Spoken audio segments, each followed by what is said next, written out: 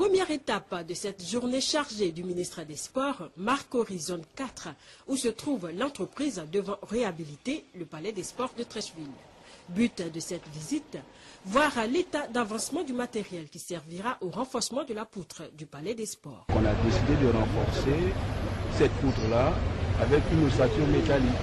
C'est cette ossature métallique que nous sommes chargés de faire. Fort de ces explications, Philippe Légré et sa délégation pour la deuxième étape se sont rendus au palais des sports pour revoir son état de délabrement.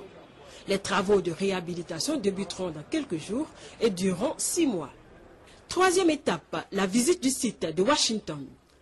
C'est un site de plus de 7 hectares où sera bientôt construit un complexe sportif.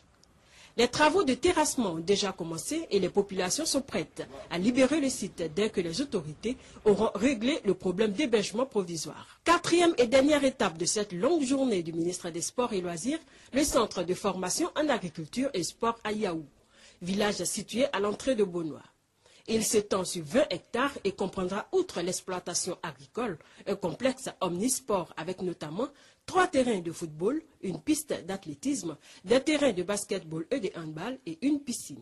D'un coût de 2 milliards de francs CFA, ce projet est financé par la coopération espagnole et réalisé par... C'est notre programme d'activité. Nous avons dit que nous allions réhabiliter le palais des sports, le parc des sports, réhabiliter les infrastructures sportives à l'intérieur du pays pour permettre la pratique du sport dans les meilleures conditions, pour la pratique des loisirs. Et donc le palais des sports qui est un joyau et qui fait la fierté de la Côte d'Ivoire doit reprendre son rang et faire plus la fierté de la Côte d'Ivoire. Deux structures spécialisées dans le bâtiment et les travaux publics conduisent les opérations. L'une s'occupe de la voûte, l'autre des travaux annexes, à savoir le bâtiment lui-même, le revêtement du sol, les vestiaires, préaux, salles VIP et bureaux.